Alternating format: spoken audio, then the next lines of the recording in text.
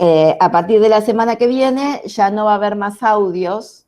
Vamos a trabajar algunos de los contenidos, algunos no, vamos a trabajar los contenidos en la clase, pero lo que quiero decir es que si bien va a haber desarrollo teórico, va a haber más trabajo de cómo empiezan ustedes a ir involucrándose en una experiencia de algunos aspectos de lo que hace a una investigación, ¿sí? Esto significa también que a partir de la semana que viene ya vamos a empezar a trabajar con los grupos que armaron al inicio de la cursada, así que, bueno, si hay algún ajuste que hacer es ahora o nunca, porque ya de la semana que viene en adelante van a estar trabajando mucho en los grupos que han armado, ¿sí? Así que bueno, eso como los avisos parroquiales, digamos, que quería hacerles para ordenarnos. Bueno, como empezamos siempre, quería ver si había alguna duda o alguna pregunta o comentario en relación con los contenidos. Ahora después vamos a la actividad, pero en principio en relación con los contenidos desarrollados la semana pasada. ¿Ninguna? A ver el chat que no lo tengo abierto por si hay alguna ahí. No.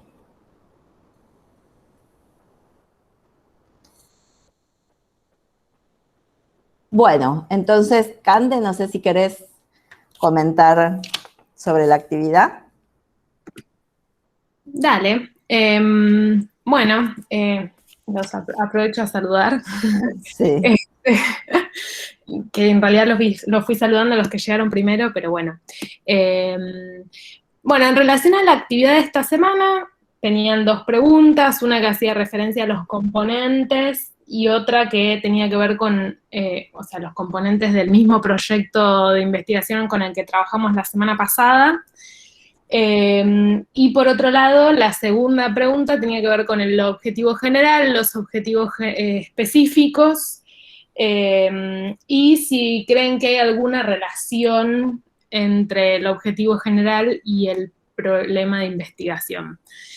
Primero preguntarles cómo qué les generó la actividad, si pudieron hacerla, si algún aspecto les generó alguna duda en particular.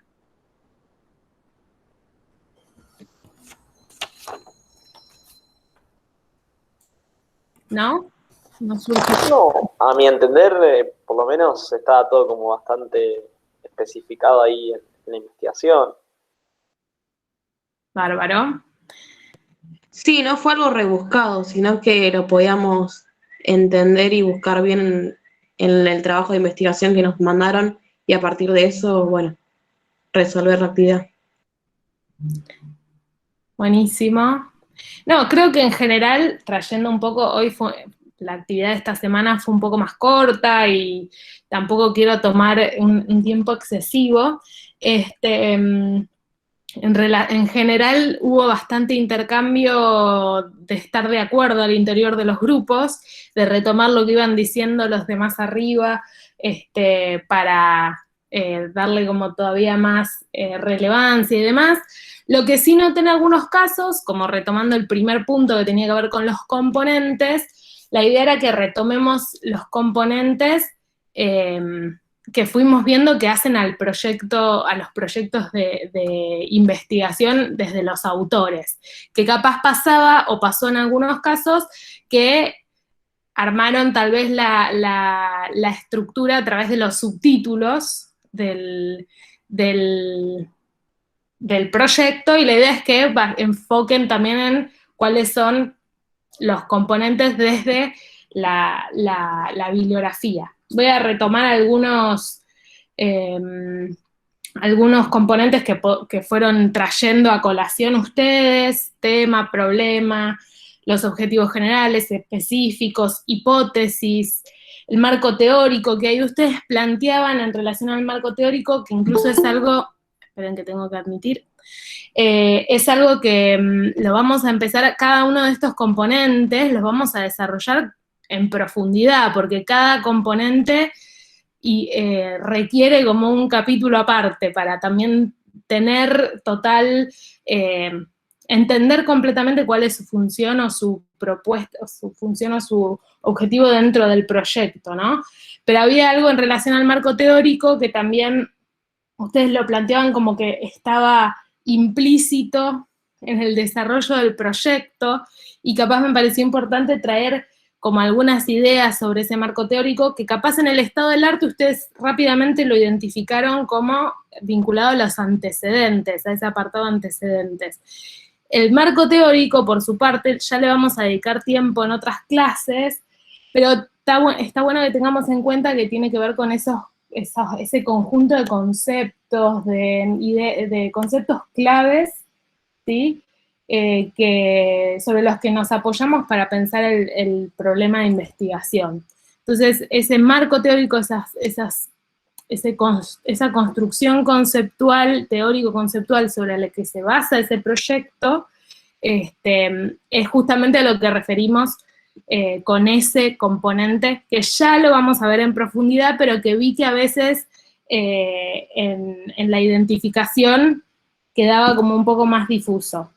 Después también identificaron como un componente la empiria o las unidades de análisis, y creo que ya fui diciendo todo, y como ustedes estuvo muy bueno, porque en algunos casos explicaban ustedes qué implicaba cada uno de estos componentes, según tal vez definiciones y demás. En muchos otros lo vinculaban directamente con, bueno, ¿dónde está este componente? ¿Dónde lo veo o lo identifico en el proyecto? Que era un poco también el desafío. Pero en términos generales todos fueron como hacia esos componentes claves, que en este módulo el módulo que estamos por empezar en el módulo 5, ¿sí? No, 6, que estamos por comenzar, vamos a hacer foco en tema de problema, objetivos generales, objetivos específicos, así que le vamos a seguir dando vueltas a esto, para que también tengamos en cuenta que quedan un par de toques de horno para darle a estos temas. Después, identificar el objetivo general creo que no le generó muchas dificultades, porque en el proyecto aparece bastante claro, casi que es una cita textual, al igual que los objetivos específicos aparecían con cierta claridad. Y en términos a la última preguntita, que un poco la fuimos adelantando a la clase pasada, creo que también estuvo bueno, en algunos casos retomaron incluso textos de los autores, que tiene que ver con esta relación, ¿sí? De mutua implicación entre el objetivo general y la pregunta de investigación, y esta idea que incluso la decía Fernanda la semana pasada, ¿no? El problema de investigación, que muchas veces es en formato pregunta, mientras que el objetivo lo plantea como una proposición, pero en términos generales están planteando lo mismo, que tiene que ver con esa pregunta, ese interrogante de aquello que quiero conocer a través de la investigación, y que voy a buscar conocer a través de esos objetivos específicos que se desprenden finalmente, que son como los pasos que me ayudan a cumplir con ese objetivo general, ¿no? Pero más allá de eso, están absolutamente ligados e implicados. Creo que eso en general todos estuvieron bastante de acuerdo y fueron en esa línea, así que nada más que felicitarlos por el trabajo en el aula y los intercambios y las lecturas. Así que por mi parte, si no quedaron más preguntas, si Fernanda no quiere agregar alguna cosita más, eso es lo que tengo para decir de la actividad. ¿Quedó alguna duda? ¿Hay alguna duda o comentario, no? Bueno. Sí, aunque algunas cosas eran bastante evidentes en el proyecto, y qué bueno, porque en realidad eso hace también un proyecto ordenado y bien formulado. De todas maneras lo preguntábamos porque era una manera de que empiecen como a conectar con estos apartados y estos componentes de un proyecto de investigación, ¿sí? Bueno, antes de seguir, quiero compartirles una novedad, en la medida que ustedes se están formando en educación, y aquí nos estamos formando específicamente en la producción de conocimiento y de información sobre educación, que es que el Ministerio de Educación de la Nación tiene, bueno, históricamente el Ministerio ha producido conocimiento e información sobre educación. Claro, no es puramente con fines de la producción de conocimiento por sí misma, sino que tiene una finalidad que tiene que ver con el desarrollo de políticas públicas, ¿no? O sea, es la información y el conocimiento al servicio o para o el diseño de políticas públicas, o la evaluación de políticas públicas, o la identificación de problemas y construcción de diagnósticos para el desarrollo de políticas públicas, y también para informar a la sociedad acerca de la situación en relación con la educación, que es la responsabilidad del Estado Nacional y de los estados subnacionales, ¿sí? La dependencia que se ocupa de la producción de información y de conocimiento ha ido modificando, porque se ha ido modificando el organigrama del ministerio. Durante muchos años era un ámbito que se la conocía como DINIESE, porque era la Dirección Nacional de Investigación, de Información y Evaluación Nacional de la Calidad Educativa, así se llamaba, y se la conocía por la sigla que era DINIESE. Durante la gestión anterior se desarmó, digamos, la DINIESE y pasó una parte, que era la parte de evaluación, a formar una nueva Secretaría Nacional dentro del organigrama del ministerio, y eso también era una muestra de cómo la evaluación estandarizada era uno de los ejes principales de políticas, ¿no? Porque las secretarías nacionales son la instancia justo por debajo del ministro, quiere decir que tenía una preponderancia central, ¿no? Entonces la evaluación pasó a estar ahí, la información pasó a estar por otro lado en un área de estadísticas que en verdad se lo adelgazó muchísimo porque mucho de eso se traspasó a una ONG particular, privada, que es el Observatorio Argentinos por la Educación, y tareas que antes desarrollaba el ministerio pasaron a ser desarrolladas por esta ONG. Y luego el área de investigación, que es el área de producción de conocimiento, subsistió, pero también muy reducido, se despidió a mucha gente, quedó un equipo muy pequeñito y separado de la producción de información estadística y separado también del área de la evaluación. En esta gestión, bueno, a lo largo del tiempo, no fue así desde el momento que asumieron, pero digamos que en un proceso que terminó de realizarse hace solo un mes, se volvieron a reunir todas estas áreas dentro de la Secretaría de Evaluación, que pasó a ser Secretaría de Evaluación e Información Educativa, y entonces dentro de la que era antes la Secretaría de Evaluación, está el área de producción de investigación, el área de producción de estadísticas e información, el área de producción de la evaluación nacional, está además el área de planeamiento y el Observatorio del Derecho a la Educación.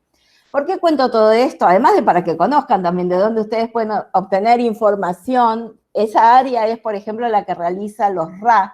No sé si alguna vez escucharon hablar de los RA, de la Evaluación Nacional del Aprender. En general todos conocen porque salía mucho en los diarios y demás, ¿no? Pero de las áreas de investigación y del área de información no se conoce tanto.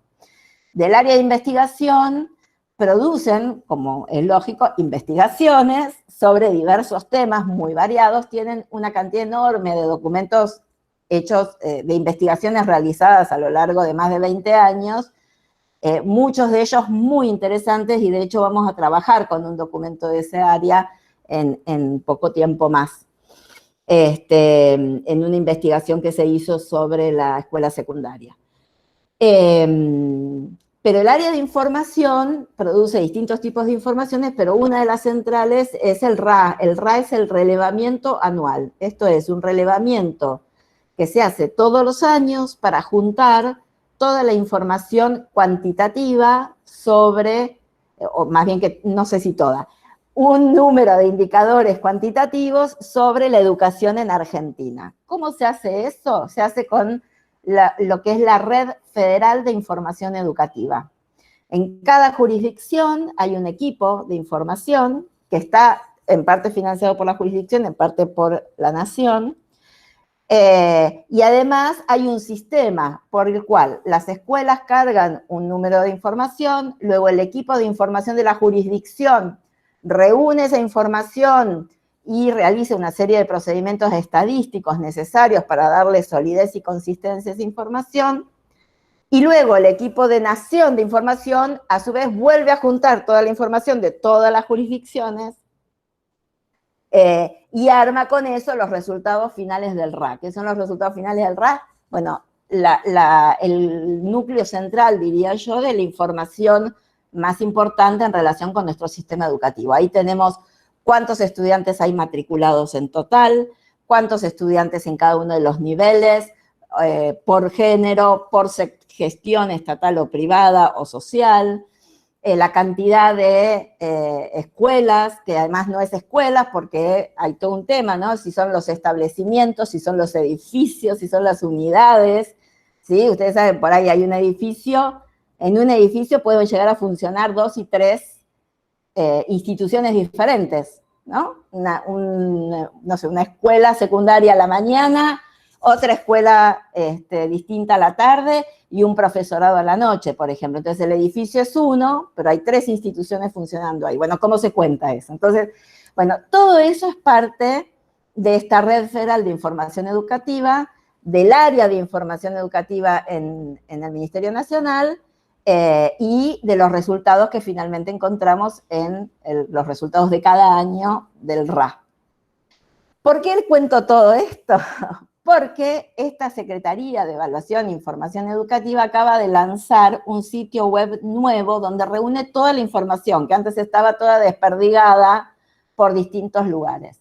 Entonces, lo que quería, además de que después les compartimos el link en el aula virtual nuestra, es mostrarles un minuto, solo para que la conozcan. Es una página que está bueno que la conozcan y se vayan familiarizando con ella, aunque no la usen ahora, seguramente en lo que sigue de la carrera y luego, si la encuentro, acá está, y luego en su propia carrera profesional, van a recurrir mucho a esta página.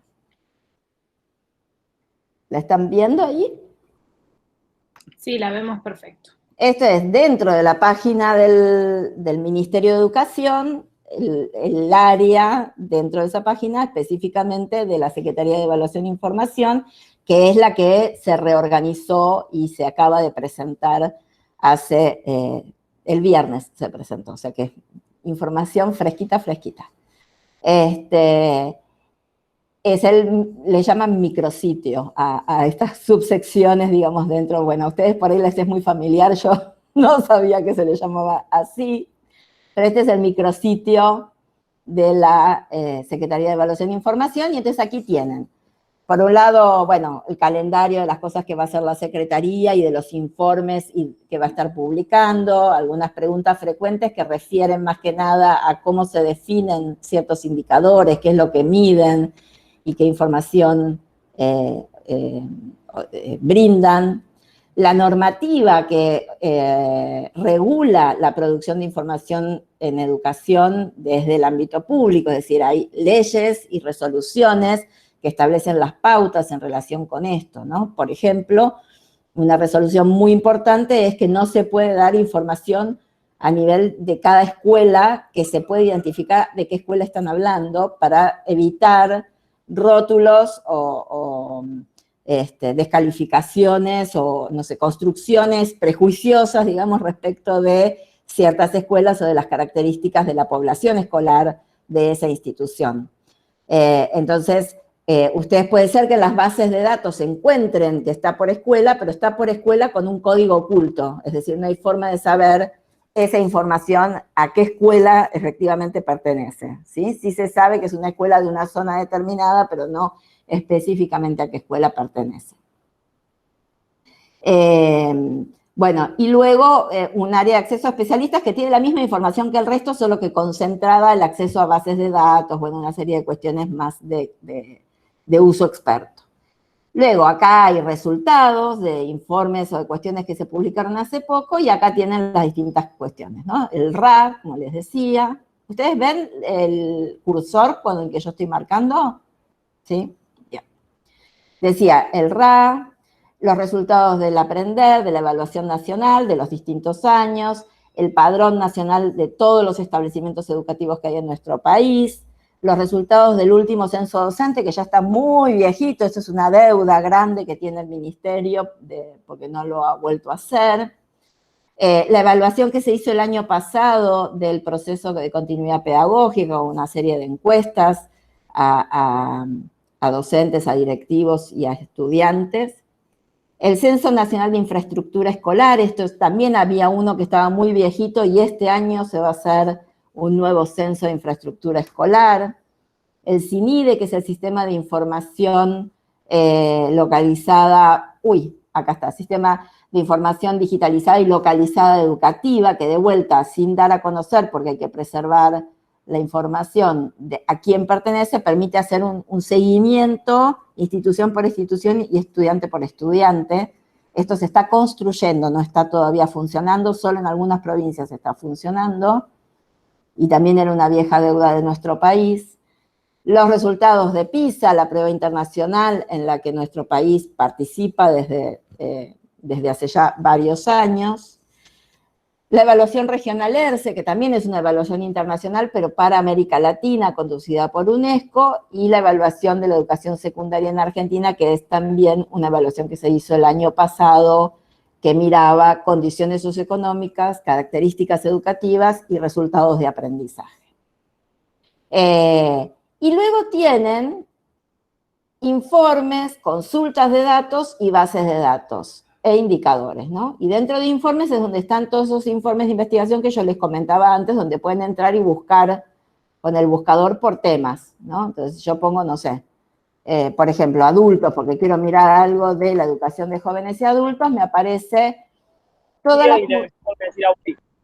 ¿Cómo? No entendí, alguien habló, pero no entendí lo que dijo. Creo que se le abrió. Se abrió el micrófono. Sí. Bueno.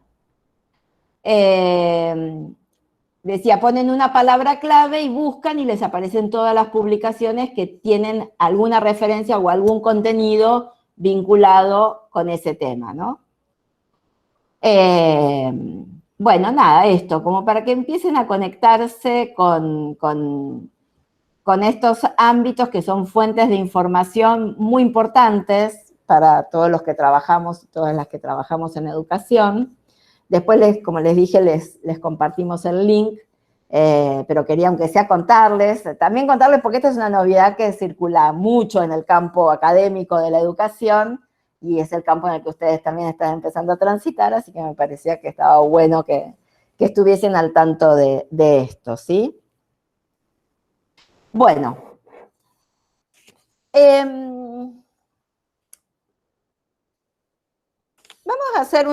vamos con la actividad, Cande.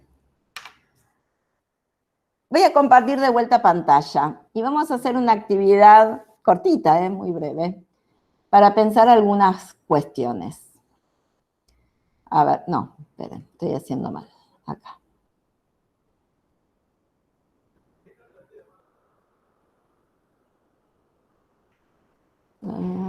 Presentar, ahí está. Bueno, imágenes, ¿qué vemos? ¿Qué pensamos? ¿Qué nos preguntamos? ¿Qué no vemos? Etcétera. Y vamos a empezar con un cuadro muy conocido, seguramente todos lo conocen, un cuadro de Magritte, un pintor belga, que tiene una pipa y que tiene una frase debajo que dice, esto no es una pipa. Un cuadro que si no tuviese la frase lo veríamos, y bueno, veríamos una pipa y quizás analizaríamos, no sé, el color que tiene, qué estilo de pipa es, ¿no? Las dimensiones, las proporciones, si queremos analizar el cuadro, qué sé yo, miraríamos distintas cuestiones más vinculadas a esa imagen visual que vemos allí, sobre sus características. Sin embargo, Magritte suma una frase, pone, esto no es una pipa, ¿Y qué querrá decir Magritte con eso? ¿Qué se les ocurre? O por ahí que saben si leyeron algo de esto. ¿Por qué pone Magritte esa frase? ¿O qué es lo que busca o qué es lo que creemos que busca con eso? Quizá busca que analicemos algo más allá de lo que es la pipa. Ajá. Como que vos decías, ok, si no está esa frase, analizamos la forma, los colores. Estando esa frase, creo que dejamos los colores para el final al menos. Sí. Y vamos a investigar primero por qué no es una pipa. O sea, vamos a creerle a la frase, supongo. O no. Y vamos a ver primero el porqué de esa frase y nos metemos por ese lado más que por las cosas que analizaríamos una pipa. Bien, interesante lo que decís, ¿no? Como que en alguna medida estamos entrando por el sentido y menos por la imagen, ¿no? La frase se sobrepone de alguna manera a la imagen. Claro. Antonella dice con la frase, contradice, invitando a pensar por qué no es solo una pipa. Y María Victoria dice, cuestionar qué conocemos como pipa, o sea, que la frase lo que nos invita es a poner en cuestión qué es eso que conocemos como pipa, por qué es eso y no otra cosa. Y también, eso no es una pipa quizá para la persona que pintó el cuadro, pero para mí sí puede serlo. Bien, los distintos sentidos, ¿no?, que podemos tener, o interpretaciones, o construcciones, y cada una de esas cosas es distinta, o sea, los sentidos que construimos, las construcciones que hacemos, y las representaciones que tenemos acerca de eso que vemos. Para Platón podría ser la imitación de una pipa. También, claro. Bueno, esa también sería una cuestión, ¿no? Es de alguna manera llamarnos la atención de que eso es una representación de algo y no la pipa, ¿no? En todo caso es un poco de pintura de ciertos colores organizada en una tela de tal modo que parece que representa a una pipa, pero no es la pipa. Bien, acá Camila dice que no todo es, que quiere mostrar que no todo es lo que parece y que podemos pensar en otras cosas. Si alguien había empezado a hablar. Quizás al revés de lo que dijiste, se me ocurre, quizás no es una pipa, que simplemente no es una pipa cualquiera, es la pipa. La pipa del que la dibujó, la pipa de un amigo, no es una cualquiera, es la de alguien. También está bueno eso, efectivamente, ¿no? Pensar la frase en términos de que lo que nos está llamando la atención es que no es genéricamente una pipa, y que en todo caso puede tener un sentido particular, y que por lo tanto la pipa deja de ser la pipa como objeto genérico, sino que pasa a ser la pipa en términos de un objeto con una historia, o una pertenencia, o un sentido particular para alguien. Dice, yo había escuchado en algún lugar que el cuadro quería decir que no era una pipa, sino el dibujo de una pipa. Sí, efectivo. Esto es lo que se dice, pero no es que Magritte dijo, quiero representar esto. Entonces son las construcciones que se hacen a partir de lo que puso. Adriana Laura dice, lo que quiere es negar lo evidente. Y ahí yo podría abrir una pregunta, que es, ¿quiere negar lo evidente o quiere llamarnos la atención para que no nos quedemos solo en lo evidente? ¿No? Bien. Todo ese conjunto de cuestiones se disparan porque se introduce esa frase. Y el punto es cómo esa frase introduce en el cuadro lo que podríamos llamar un plus de sentido, ¿no? No quedarnos solo con la imagen, sino construir un sentido sobre esa imagen que ya es motivo de debate. Adriana dice acá, abrir un debate, y efectivamente lo abre. Podemos decir que entonces Magritte con esa frase lo que nos quiere dar cuenta es esto, que decíamos, bueno, voy a decir todo el tiempo que es esto, porque es todo lo que salió, ¿no? Que lo que está ahí es una representación y no la realidad, porque no es el objeto, es una construcción gráfica que representa un objeto, que por ahí lo que nos quiere llamar la atención acerca de que es un nombre, pero que el nombre que tienen las cosas no es algo natural, sino que es una construcción, ¿no? Eso que él dibuja se le llama pipa, pero también podríamos llamarlo de cualquier otra manera. Nada nos dice que el vocablo pipa remite inexorablemente a ese objeto. Y por lo tanto ahí el objeto ya deja de ser el objeto en sí, sino que pasa a ser la construcción de sentido que se hace a partir de ese objeto. También puede ser que nos esté llamando la atención acerca de cómo la realidad no es algo dado ni natural, sino que es la construcción que hacemos acerca de la realidad, ¿no? Eso que vemos es lo que vemos, pero también podríamos ver de otras maneras, podríamos ver otras cosas, podríamos ver lo que ahora no se nos aparece como evidente, porque también esa construcción de qué es evidente es parte de la construcción de sentido en el mundo, en el momento histórico, cultural, social, económico, etcétera, en el que estamos. Y si estuviésemos en otro, miraríamos de otro modo, veríamos otras cosas, nos llamaría la atención otras cosas, ¿no?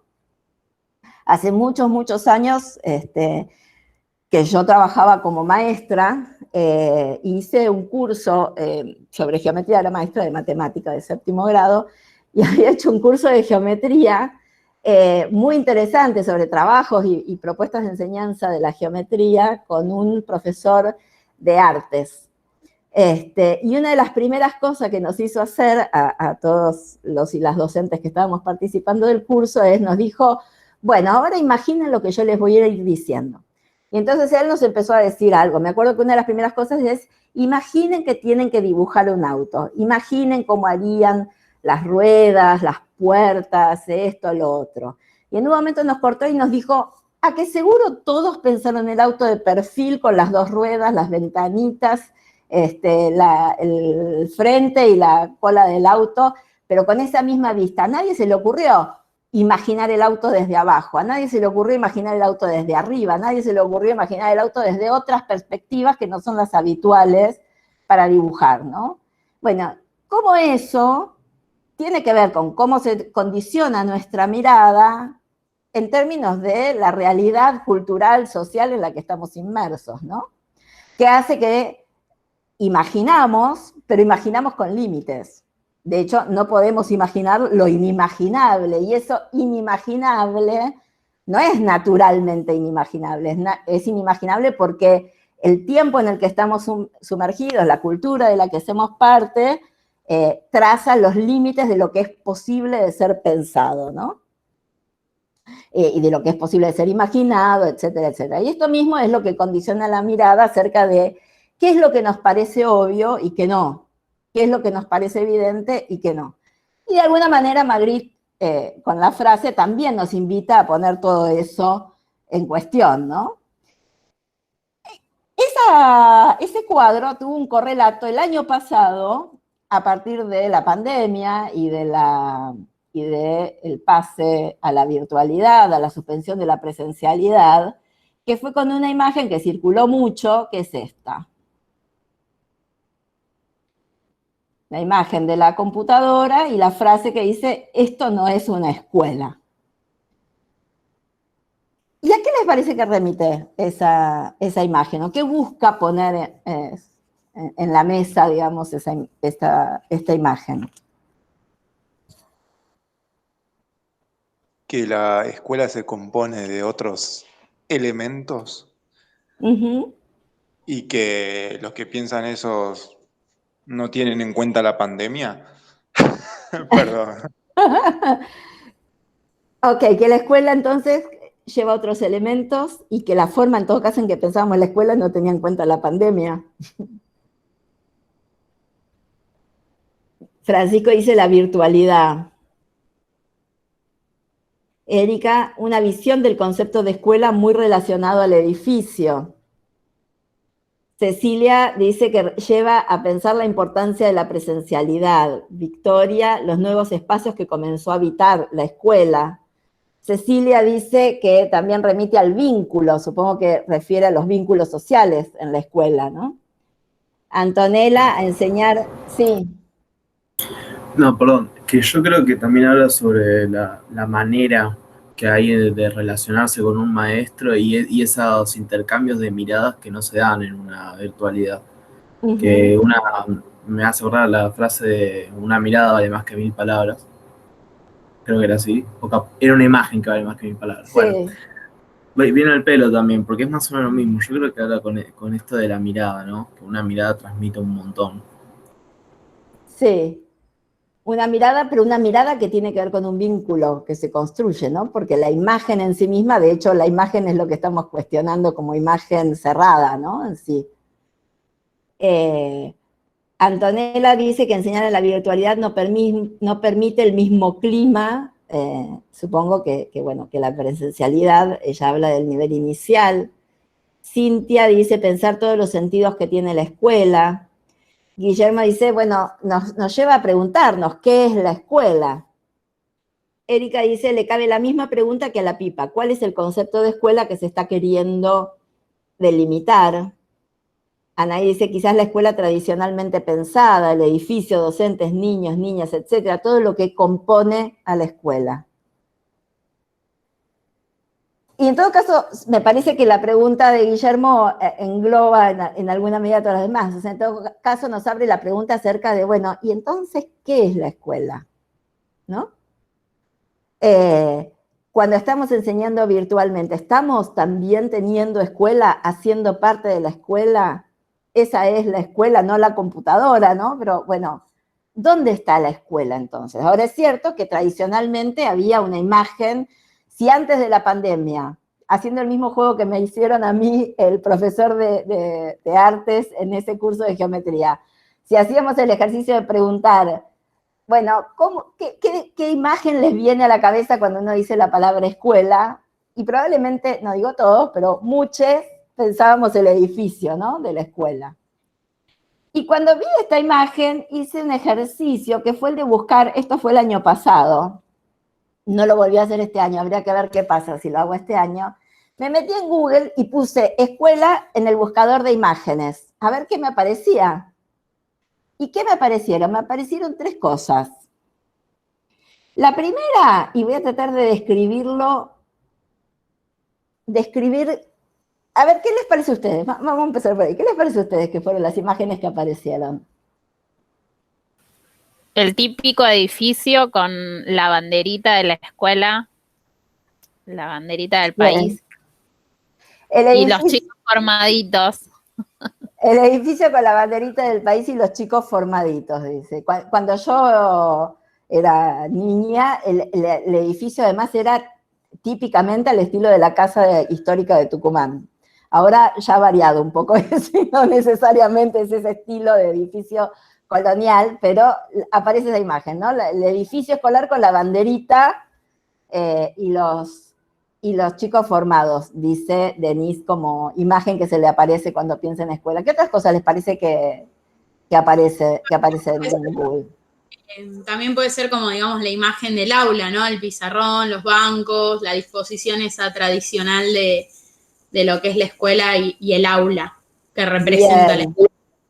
Ah, mira, Erika justo puso en el chat lo que yo acabo de decir. La escuela se parece a la casa de Tucumán. No había visto que lo habías puesto.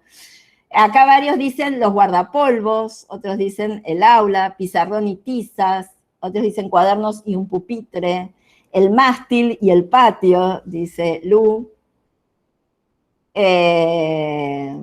Bueno, Victoria dice, depende mucho de los algoritmos de Google, claro que sí, pero en alguna manera remite, ¿no? A también qué imágenes están circulando en relación con esa palabra. Capturas de Zoom, dice, ahora eso ya es de estos tiempos, de con qué asociamos la escuela. Pero la escuela, los cumpleaños, las reuniones familiares, las reuniones de amigos, todo aparece en clave ventanitas de Zoom. Bueno, volviendo a la escuela.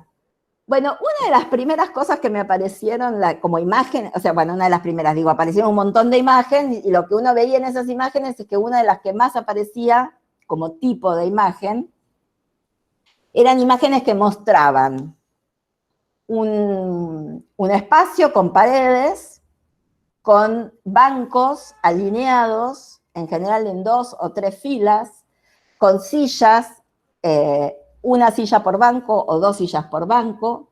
¿Con distancia de 2 metros? No lo sé, no podía medirlo, pero no, en general no. Con un pizarrón, una madera pintada como pizarrón, los bancos ordenados de un modo que miraban hacia, con el frente, digamos, puesto hacia ese pizarrón. Eso que yo estoy describiendo todos decimos, ¿qué es? Es un aula, claramente. Ahora, ¿por qué identificamos rápidamente eso como un aula?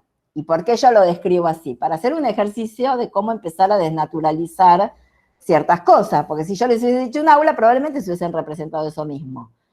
Pero no necesariamente un aula tiene que ser así, sino que eso es parte de esa construcción, ¿no? El hecho de que cuando pensamos en un aula remita a eso, tiene que ver también con que las aulas se han configurado y está muy instalado en el sentido común que la forma de configurar y de ordenar un aula es esa.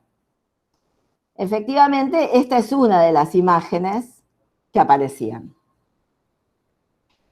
El otro tipo de imágenes que aparecía mucho era, nuevamente, los bancos en filas, ordenados hacia un frente, con un pizarrón,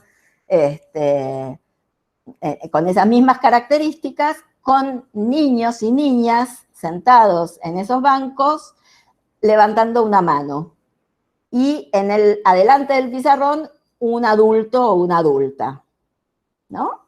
De vuelta, claro, es una imagen muy conocida, y todos podemos anticipar qué es lo que implica esa escena. Sin embargo, nuevamente supone una construcción, que es que los chicos levantan una mano, que en cualquier otra circunstancia no sabríamos por qué levantan una mano, para atajar una pelota, por ejemplo. Sin embargo, acá tenemos muy claro que eso es un momento de una pregunta, que los chicos quieren hablar, pero en vez de hablar, levantan la mano. Y que eso nos remite a una situación de enseñanza. Me refiero a este tipo de imágenes. ¿Sí? Y además niños, como si no hubiese educación y escuela, que también participan otros, ¿no? Sujetos y sujetas de otras, de otras franjas etarias. Sin embargo, en general eran niños.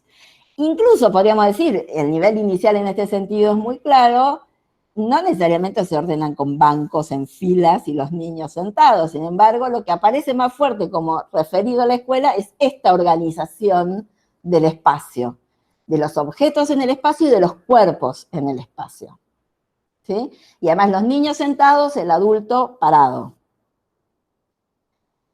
El tercer tipo de imagen que aparecía repetido, insisto con esto de que es tipo, no es que todas las imágenes eran exactamente esta, ¿no? Sino que era la misma composición. El tercer tipo de imagen era esta, que es la que hablamos antes, ¿no? El edificio escolar, con la banderita, el escudo, y eso como representación de la escuela. Entonces, voy a dejar de presentar.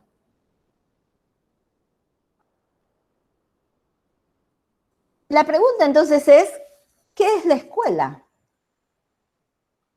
De alguna manera esa imagen que surge de la situación absolutamente excepcional y atípica de la pandemia, de la cuarentena y de la no presencialidad en la escuela, es la que empieza a poner en alguna medida en cuestión, por supuesto no quiere decir que antes no se haya puesto en cuestión, pero digo que se pone en evidencia de manera mucho más fuerte esta pregunta acerca de, ¿y entonces qué es la escuela?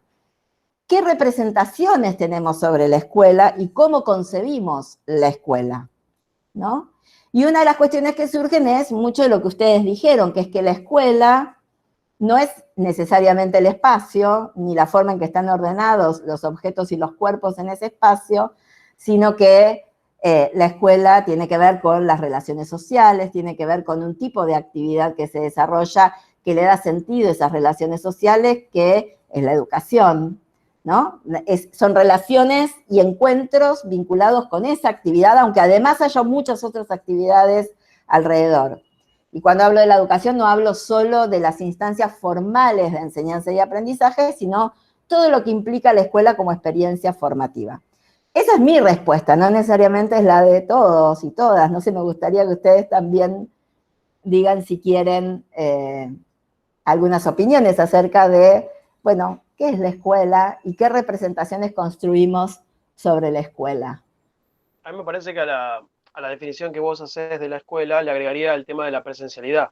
Sí. Porque es uno de los pilares cuando uno piensa en la escuela y todos esos vínculos, todas esas acciones que vos mencionás, están dadas en la presencialidad. Sí. Por eso me parece que choca tanto la no presencialidad y esta imagen donde la notebook aparece como diciendo, bueno, esto no es la escuela, porque se pueden dar todos esos vínculos, más o menos se pueden dar, pero no está ese factor de la presencialidad, del compartir físicamente un mismo espacio. Exacto, había algo del concepto de la idea escuela que estaba muy intrínsecamente ligado a la presencialidad, ¿no? Al encuentro en un espacio determinado y al encuentro presencial con los otros y las otras. Y eso es parte de lo que hemos empezado a poner en cuestión en esta sensación que tenemos, creo, muchos y muchos de los docentes, que es que sí hay y que sí pasan cosas aún en la virtualidad, pero que no es lo mismo. Lo que no quiere decir que toda la escuela esté en las cuatro paredes, ¿no? Victoria dice, la docente es siempre una chica cisgénero. Sí, diría que aparecían algunas imágenes con varones, pero la gran mayoría eran efectivamente mujeres cisgénero. Igual, profe, también refiere un poco al concepto que tenemos arraigado desde Sarmiento, básicamente, sí, social, de representar a la escuela como primaria, porque socialmente para el común de la gente, yo había puesto que en realidad es una manipulación mediática, porque para el común de la gente, nosotros en realidad lo podemos poner en cuestionamiento, ¿no? Pero para el común de la gente, cuando vos le pones esto no es escuela, lo primero que va a pensar es, nadie piensa en los niños. Van a remitir automáticamente a los chiquitos de primaria y la escuela, o sea, yo estuve viendo mucho las noticias y todos refieren a lo que es primaria, nadie casi hace hincapié, pobre en nuestros adolescentes, y todo es en defensa de los niños, y es como atacar este concepto tan básico que tenemos arraigado socialmente, ¿no? Es como sacar a flote eso que ya se naturalizó, porque en realidad la escuela sí se naturalizó. En una época ni siquiera se mandaba a los chicos a la primaria, los chicos salían a trabajar, costó muchísimo, costó añares que se acostumbrara a la sociedad a que los niños debían terminar la primaria. O sea, todavía hay gente que tiene abuelos que no terminaron la primaria, sí, claro, porque no era una costumbre. Recién ahora se logró esa costumbre tan arraigada, ¿no? Del guardapolvo y de todo, y es como atacar esa costumbre y generar este pánico en la sociedad de que se va a romper la escuela y con eso se va a romper la familia y con eso se va a romper la sociedad. Diría más, Luana, no solo que hay gente que tiene abuelos, si miramos los indicadores educativos, volviendo a algo de lo que hablábamos antes, en términos de acceso casi es efectivamente completo, pero en términos de terminalidad de la escuela primaria cruzada por sector socioeconómico, hay diferencias notables, hay un número significativo de adolescentes que no terminan la escuela primaria. ¿Sí? Sobre todo ese rango de personas que no tienen la acreditación se ve mucho en el fragmento donde estuvo impuesta la Ley Federal de Educación, que con el 9º año recién se daba la acreditación. Ahí es como que en esa generación se amplió muchísimo más esto de la terminalidad. La no terminalidad, sí. Pero incluso con la conformación actual hay el indicador de terminalidad en el sector social de menores ingresos o del sector social con adultos convivientes con pocos años de escolaridad. Con esos dos cruces, el nivel de terminalidad de la escuela primaria baja bastante. Igual sigue siendo mucho más los que terminan que los que no terminan, pero tendrían que terminar todos. Entonces, igual es un número que es para pensar. Y lo otro que iba a traer también es que es cierto que a nosotros es una imagen que se nos liga mucho a la imagen sarmientina, ¿no? De la escuela y de tener que ir a la escuela y que la escuela se liga a la primaria, etcétera. Pero Google no es argentino ni sarmientino. Y lo que nos estaba mostrando eran imágenes más generales, porque me parece que en buena medida es una imagen, no me animaría a decir universal, ni mundial, pero sí de buena parte, en todo caso, de Occidente, ¿no? Y que incluso en buena medida deviene de la lógica de la Iglesia. O sea, las aulas se la piensan en gran medida en función de la organización del espacio, ¿no? de la iglesia. Profesora. Sí, Guillermo. Sí, la escuela, obviamente, además de preguntarnos qué es la escuela, tendríamos que preguntarnos, aprovechando todo el debate que tenemos hoy, ¿qué queremos de la escuela? También. ¿Qué queremos de la sociedad? Porque hoy, con todo lo que está pasando, una de las grandes cuestionamientos que hay a la no presencialidad, todo el mundo dice, no, ¿qué hacemos con los chicos? La escuela hace un montón de tiempo que es un ordenador social. Papá y mamá se levantan, preparan el desayuno, llevan al chico a la escuela, ordenan su día laboral, pero realmente la escuela no debería hacer eso. La escuela, o sea, está cumpliendo un montón de funciones. Yo soy de los que iba a la escuela y a mí en la escuela me vacunaban, me revisaban si tenía piojos, comía. Es que en eso... Ay, perdón, te interrumpí, Guillermo. No, está bien. En eso, en realidad hay que pensar algo que yo escuché en primera instancia de un colega chileno y que me gusta repetir, que es que la escuela es la institución con mayor presencia social, como institución social y mayoritariamente estatal, con mayor presencia social, ahí sí, en el mundo entero. No hay ninguna otra institución por la que la gran mayoría de la población pase una cantidad significativa de años durante la mayor parte de los días de la semana, durante varios meses y varias horas por día, durante varios años, en general en la mayoría de los países más de 6 años, entre 6 y 14 años la mayoría de las poblaciones, en una institución. La única es la escuela. Ojalá lo que tenga de bueno todo esto que está pasando, sí. Yo tengo mis dudas, es que se valore realmente lo que representa simbólicamente y realmente la escuela. La escuela, sí. La escuela, pero como ámbito de socialización, no de formación, de socialización fundamentalmente. Sí, y de formación también, las dos cosas. Casi como que está en un segundo plano porque, qué sé yo, es muy complejo todo, es muy complejo. Victoria había levantado la mano. Sí, ¿qué tal? Buenas tardes. Hola. No, lo que quería agregar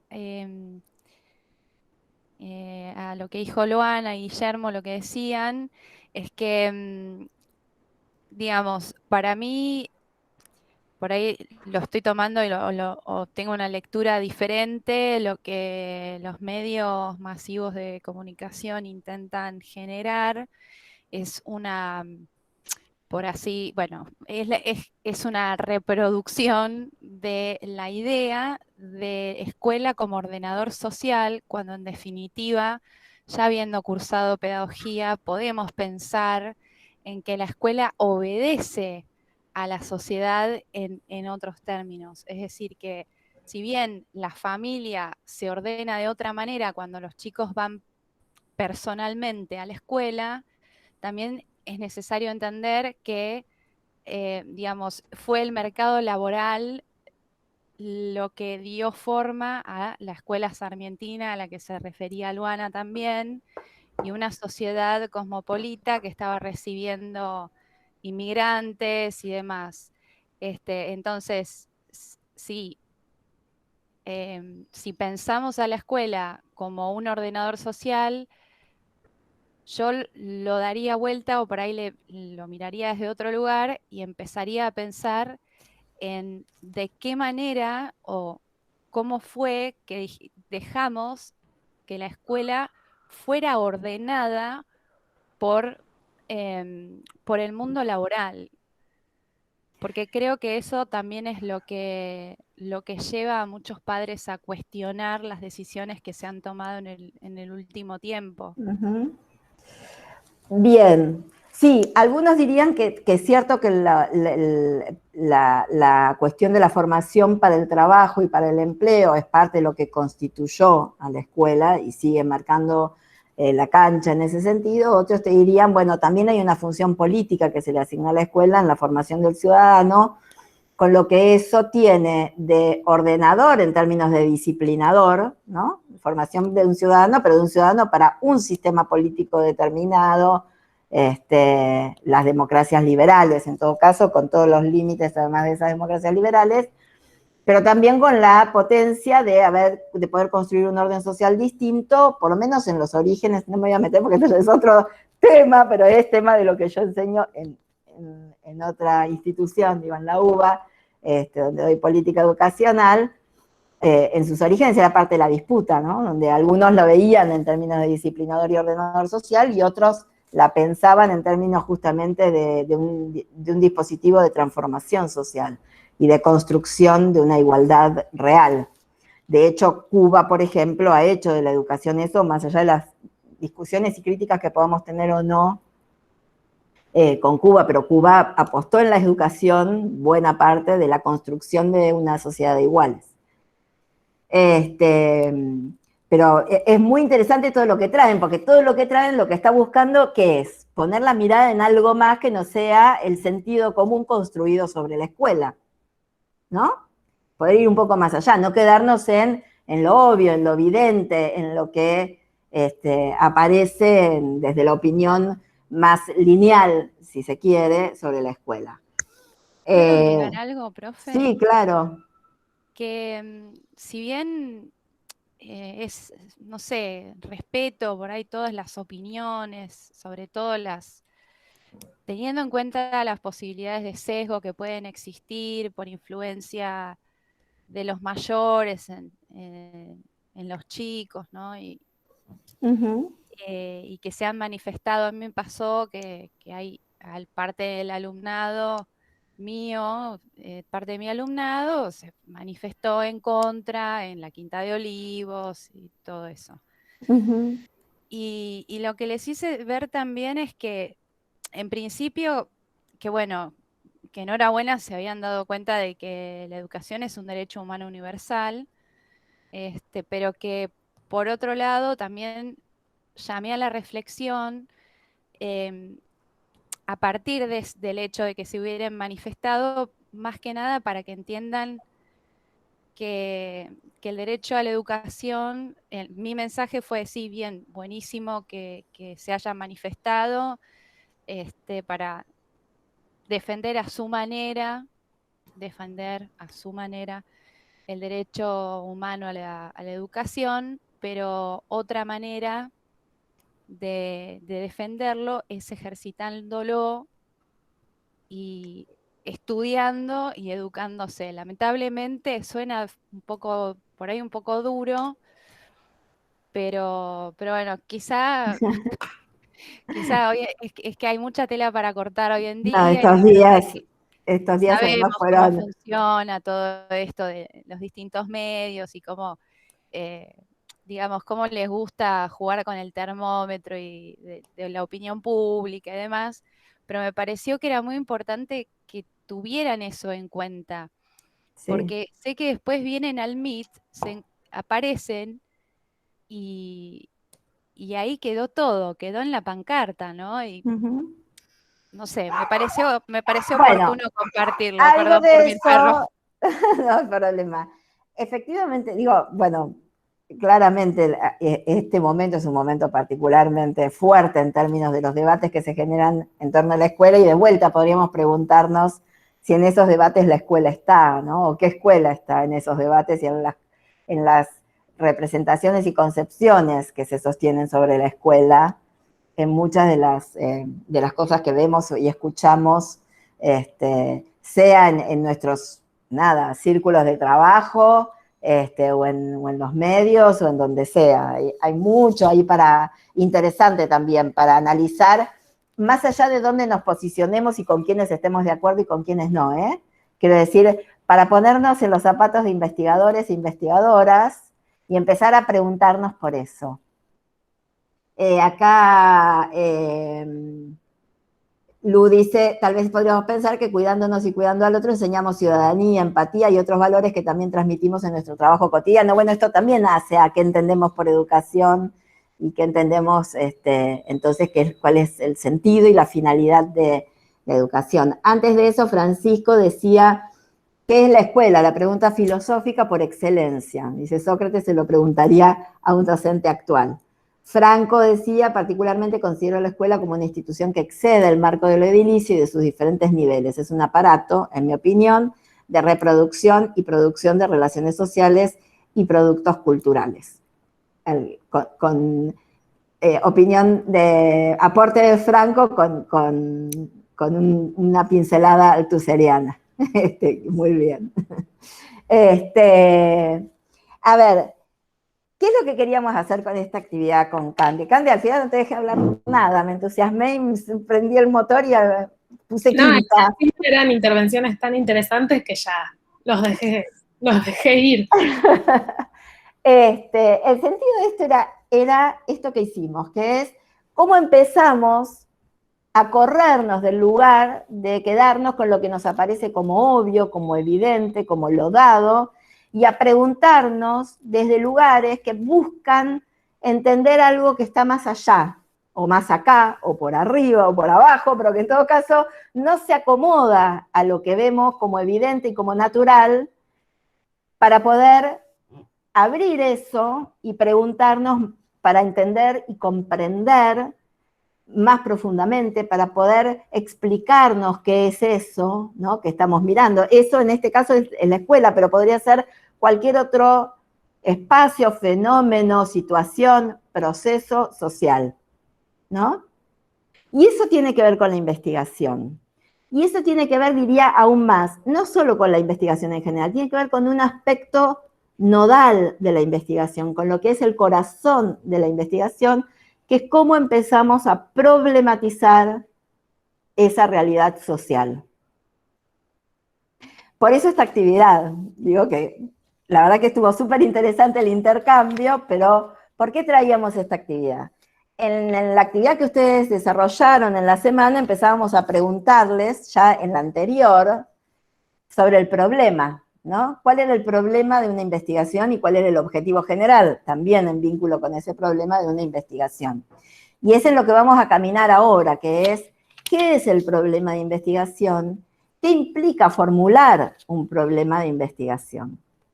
Y lo primero que implica es ponernos, como decía antes, en esos zapatos de investigador o investigadora, que es preguntarnos por lo que no sabemos, por lo que podemos tener suposiciones, podemos tener hipótesis, podemos tener sospechas, pero que no sabemos o no comprendemos en el grado de complejidad o de preguntas que queremos formular. Cuando investigamos, lo que estamos buscando es producir conocimiento nuevo, y por lo tanto tienen que ser preguntas que yo no pueda responder buscando en Google, o buscando en un libro, o preguntándole a alguien, ¿sí? Sino preguntas que para poder responderlas necesito producir un nuevo conocimiento. Y esa posibilidad de preguntarse por algo que requiere un nuevo conocimiento empieza en esta actitud de problematizar, ¿sí? Recapitulemos un poquito qué es lo que hicimos hasta aquí. Empezamos viendo qué era la investigación, qué era el conocimiento, qué era dentro de la investigación conocimiento, qué era la investigación científica y el conocimiento científico sobre lo social y dentro de lo social sobre lo educativo. Ese fue el primer paso que dimos. Luego vimos cómo cuando hablamos de investigar y de conocer, podemos hacerlo desde perspectivas paradigmáticas distintas, que no hay una sola forma de entender qué es conocimiento y qué es producir conocimiento, sino que hay formas distintas de entender qué es hacer eso, y que esas formas distintas de entender qué es hacer eso nos lleva también a formas distintas de hacerlo, efectivamente, ¿sí? Luego vimos que además de perspectivas paradigmáticas distintas, vimos que había lógicas y estrategias de producción de conocimiento diferentes. Entonces, que cuando yo busco producir conocimiento sobre algo, voy a tomar decisiones que tienen que ver con esta perspectiva paradigmática de cómo pienso que es la investigación y el conocimiento, con además qué tipo de lógica de producción de conocimiento quiero implementar en función de lo que me estoy preguntando y de lo que estoy mirando, o sea, de aquello sobre lo cual quiero producir conocimiento. El siguiente paso, ¿no? Primero, ¿qué es investigar y conocer? Segundo, distintas perspectivas sobre investigar y conocer. Tercero, distintas formas de producir conocimiento, además de las distintas perspectivas sobre investigar y conocer. Siguiente paso, ¿qué son los proyectos de investigación? Es decir, con este marco grande de las concepciones, las lógicas, las estrategias, ¿cómo es un proyecto y qué es la metodología de investigación? Es lo que vimos la semana pasada, los distintos tipos de diseños de investigación en función de esas diferentes perspectivas paradigmáticas y de esas diferentes lógicas de producción de conocimiento. ¿Qué cosas componen un proyecto de investigación? ¿Qué tipos de diseños de proyectos de investigación hay? ¿Cómo hay distintos tipos de diseños? ¿Sí? Flexibles, no flexibles, etcétera. Y los componentes y las dimensiones que integran un diseño de investigación. Y ahora empezamos a entrar ya en la unidad 3 y lo que vamos a hacer es como que vimos en la unidad pasada la caja, la estructura, ¿sí? Y ahora nos vamos a meter adentro de esa caja. Vamos a mirar cómo es que se arma, lo estoy diciendo a lo bruto, pero no importa, para que se entienda, cómo es que se construye, que se arma cada uno de esos componentes. ¿Sí? Y el componente principal, como ya les dije, es la definición del problema, del tema, del problema y del objetivo principal del proyecto. Ese es el corazón de una investigación. El tema me da como la ubicación de sobre qué quieren producir conocimiento. El problema me dice cómo estoy problematizando eso, qué es lo que me estoy preguntando acerca de eso. ¿Sí? Y el objetivo es esa pregunta, pero formulada como algo que quiero lograr, que es lo que orienta este proyecto a desarrollar.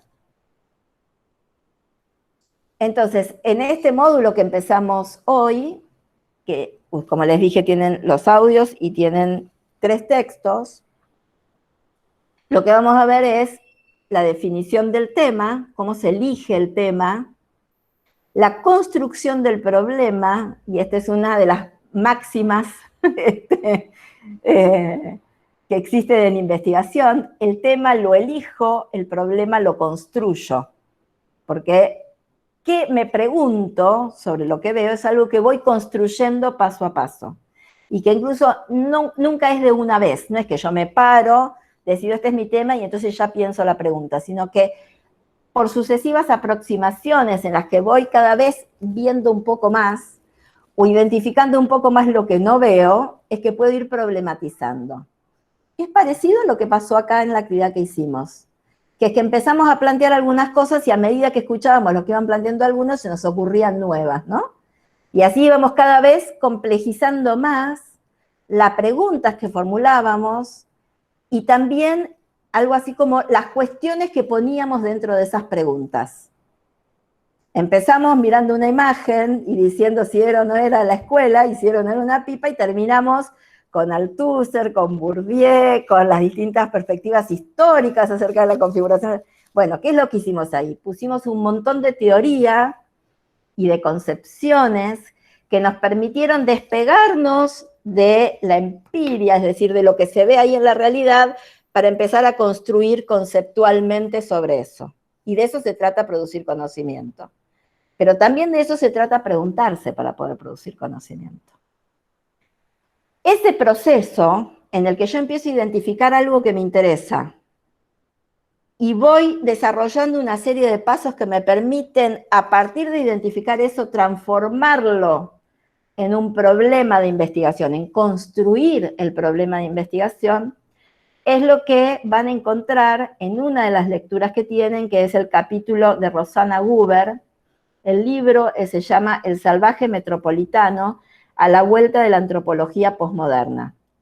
Rosanna Gruber es una antropóloga y metodóloga, es una antropóloga reconocida como especialista en metodología de la investigación en antropología, El libro no es sobre educación, es una investigación, diría, es un libro de metodología de la investigación en antropología, pero ese capítulo, que se llama A modo de ejercitación, porque eso es lo que busca hacer, ella hace un relato, cuenta como un cuento, cómo ella decide que quiere investigar sobre una cuestión determinada y cómo va repensando esa cuestión desde el momento en que decide y lo que se va formulando como preguntas y más preguntas y cómo empieza a desnaturalizar, como decíamos antes, eso que ve y cómo empieza a tratar de correrse de lo obvio para pensar todo lo otro que está asociado y que no vemos porque nos parece obvio, y termina formulando un tema y un problema de investigación, ¿sí? El sentido de ese capítulo no es para estudiar, no es para resumir, no es para subrayar, no es para nada de eso, es para leerlo como quien lee un cuento.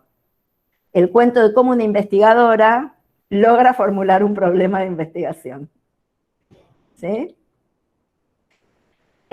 Como les dije, Rosana Huber es antropóloga, es argentina, es contemporánea, sigue produciendo, etc. Los otros dos textos que tienen son de autores ya conocidos. Uno es de Elena Chili, que ya se las presenté, también antropóloga, especializada en antropología de la educación, solo que ahora tienen otro capítulo distinto, el capítulo 3, que es un capítulo que remite específicamente a lo que implica la definición del tema y del problema. Y el otro texto que tienen también es de Borsotti, también ya lo presenté, es del mismo libro del que ustedes leyeron el capítulo 1 y ahora tienen el capítulo 2, que también se centra específicamente en la situación problemática. La situación problemática es esto, la definición del problema, ¿sí? Él habla del problema y de las preguntas de investigación. En general, cuando hacemos una investigación, el problema es como la gran pregunta, y lo que llamamos las preguntas de investigación son las preguntas más pequeñas o subsidiarias de esa gran pregunta. La suma de preguntas que nos hacemos y que necesitamos responder para poder dar respuesta a esa gran pregunta. ¿Sí? Bien. Entonces, en la clase, en los audios, ustedes van a encontrar que desarrollamos esto de qué es el tema, la definición del tema, la construcción del problema de investigación, las características y cuestiones a tener en cuenta en relación con el tema y el problema, las distintas perspectivas paradigmáticas, porque las perspectivas paradigmáticas inciden en cómo se define el tema y el problema, y sobre todo el sentido de las hipótesis. En una perspectiva crítica, las hipótesis son los supuestos con los cuales yo desarrollo una investigación. Y los pongo sobre la mesa, digo, los debo formular para tener en cuenta cuáles son mis supuestos y que eso no condicione la investigación. En la perspectiva positivista, por el contrario, la hipótesis es lo que tengo que demostrar.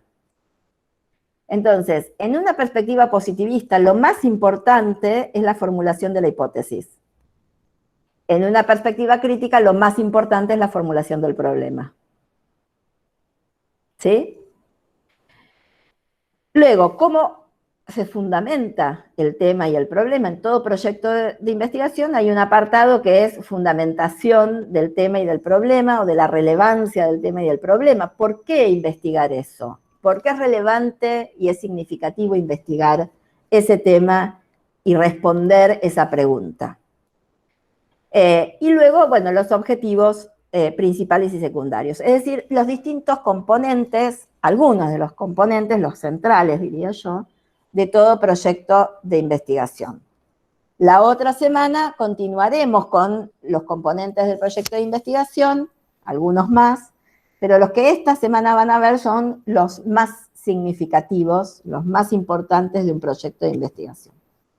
Así que bueno, ese es el tema y los textos que tienen que trabajar. No sé si querés comentar algo, Cande, de la actividad. Dale. Bueno, esta semana la idea es que trabajen a partir de 2 resúmenes, que son resúmenes de unos trabajos de investigación que se presentaron en el último congreso de Ciencias Humanas esperen que estoy buscando el nombre exacto para no decir mal el nombre. Bueno, se hizo en la UNSAM el año pasado. El anteaño. El anteaño pasado, tenés razón. El primer Congreso Internacional de Ciencias Humanas que se hizo en noviembre del 2019. Entonces, tienen 2 resúmenes, es decir, que son fragmentos bien cortitos, el resumen de 2 investigaciones que se presentaron en ese congreso. Ustedes incluso les dejamos el link en la plataforma para que vean también, si quieren un poco más de información sobre el congreso, que fue realmente algo muy importante que se hizo en la universidad hace no tanto tiempo.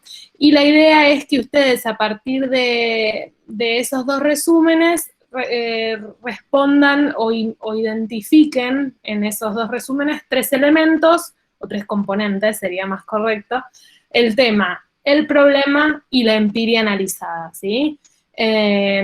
Identifiquen en el chat, lo volvimos a dividir porque nos pareció que venía funcionando bien, lo volvimos a dividir en los mismos 4 grupos que ya venimos manteniendo en las últimas clases.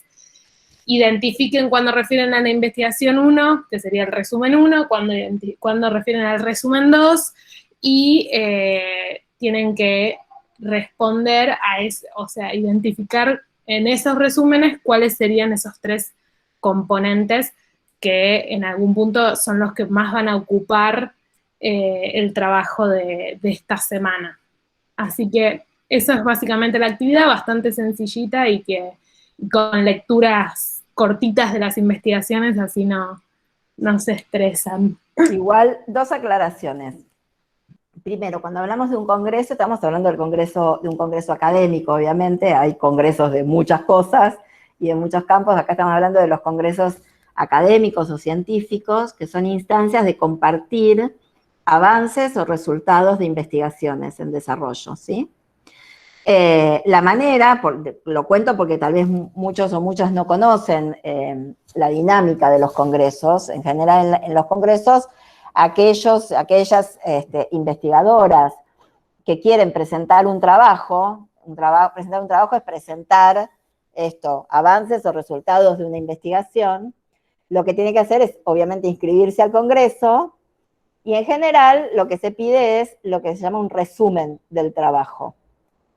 Después en algunos congresos se pide también el trabajo completo, en otros no se pide el trabajo completo, en otros se pide el trabajo completo un tiempo después, pero seguro lo que todos piden es el resumen. Y entonces hay una comisión académica, comisión científica, tiene distintos nombres, que evalúan esos resúmenes y aprueban qué trabajos van a ser efectivamente expuestos en las mesas o paneles del Congreso, ¿sí? Esos resúmenes también se los conoce mucho con la palabra en inglés, abstracts, es de hecho más común hablar de los abstracts de un congreso. Son muy cortitos, varía de un congreso a otro, pero en general la medida más común es 200 palabras. 200 palabras es un párrafo un poquito más largo o 2 párrafos breves, no más que eso, ¿sí?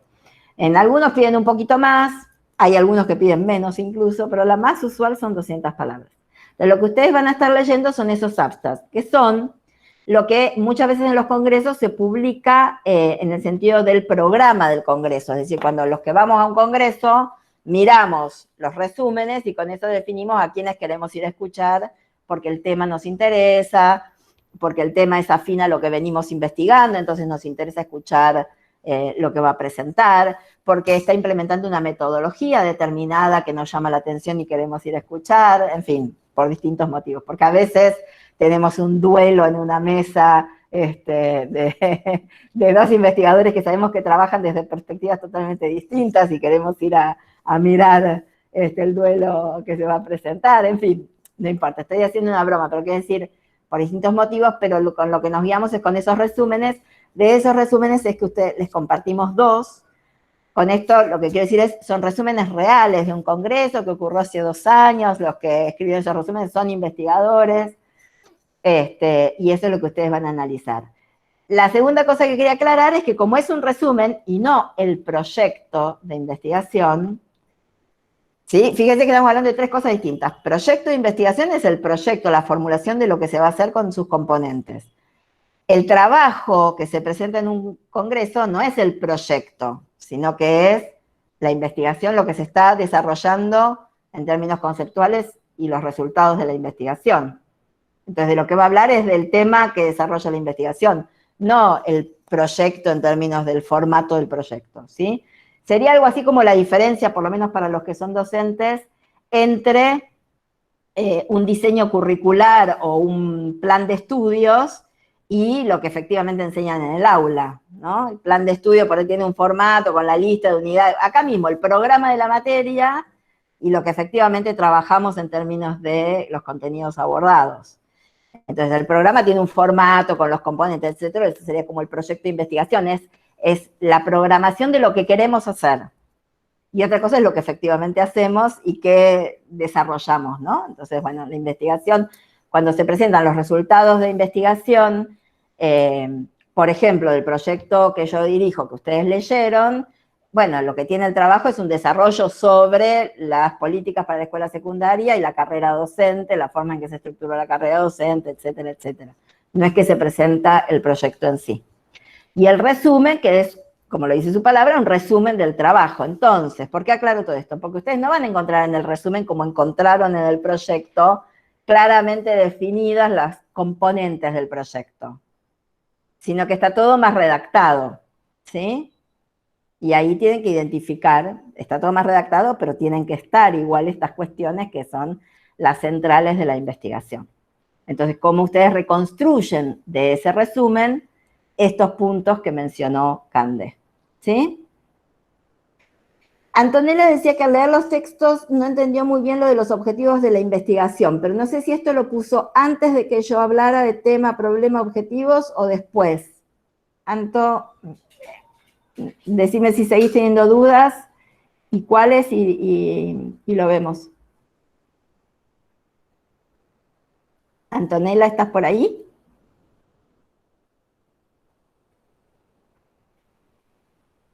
Bueno. Por ahí se cayó, no está escuchando. Bueno, cualquier cosa, si no, si alguien le dice que nos escriba y bueno, y vemos de aclarar las dudas que tengan. ¿Alguien tiene dudas con el tema de objetivos de la investigación? Igual está en la clase que van a escuchar, en los audios, ¿sí? Ahí se desarrolla, así que ahí también lo van a poder volver a ver. Y tenemos el encuentro de la semana que viene para aclarar si sigue habiendo dudas, ¿sí? Bueno, que terminen bien el día, buena semana para todos. Nos vemos el martes que viene. Cuídense mucho. Buena semana. Chau, chau. Chau, chau. Chao, hasta luego.